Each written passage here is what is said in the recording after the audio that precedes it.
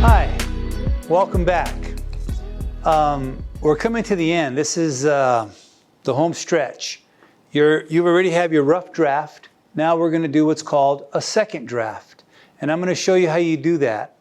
You take your skeleton paragraph, then you write your rough draft out of it. So I like to use a different color ink when I do my second draft. And what I'm going to do here is like we did earlier. We added adjectives and adverbs. We can develop some ideas. We can give examples. That's our second draft, okay? So what I'm doing is using the PDF that I want you to download, and it says second draft, okay?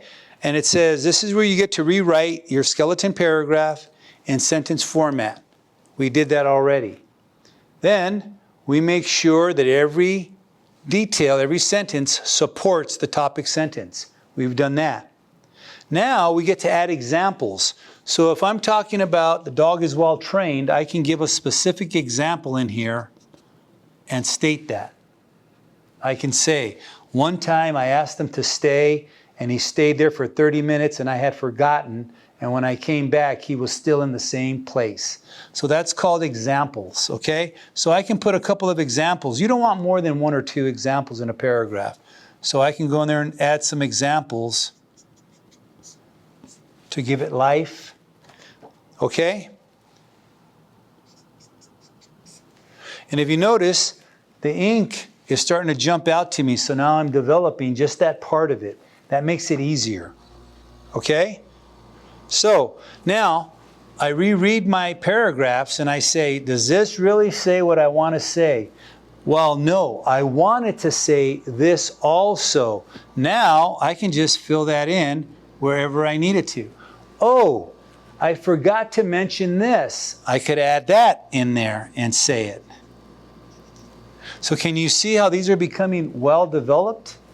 And then I want to make sure that my introduction has a good hook sentence. So I get to make that up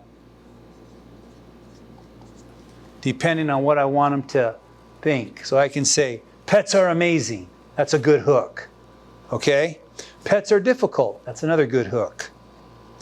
And then I want to have the same thing in my conclusion with a concluding statement. If you remember last time, I said that's why I will always have pets. This can be something you say as a concluding statement. Based on this, you can say, I want to become a veterinarian when I graduate because of my experience with pets. So do you see how that concluded what you're saying? Now this is a craft, okay? It's not a simple skill. It's a craft you're developing.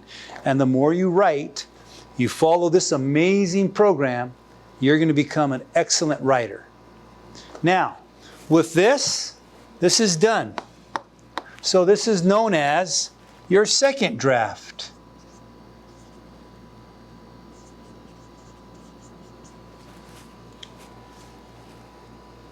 When you use different color ink, you can see the things that you want to add. Now, what if I wanted to add some some adjectives and adverbs in here, or some prepositional phrases, or some interjections? Then I can go, yeah, right here I want some adverbs. I need an adjective here. I'm going to use a interjection there, another adverb, some adjectives. So now I can craft this and make it better than what it is now. And that's what you do in your second draft. And in the next lesson, we're going to do the final draft. And then you will have concluded the program.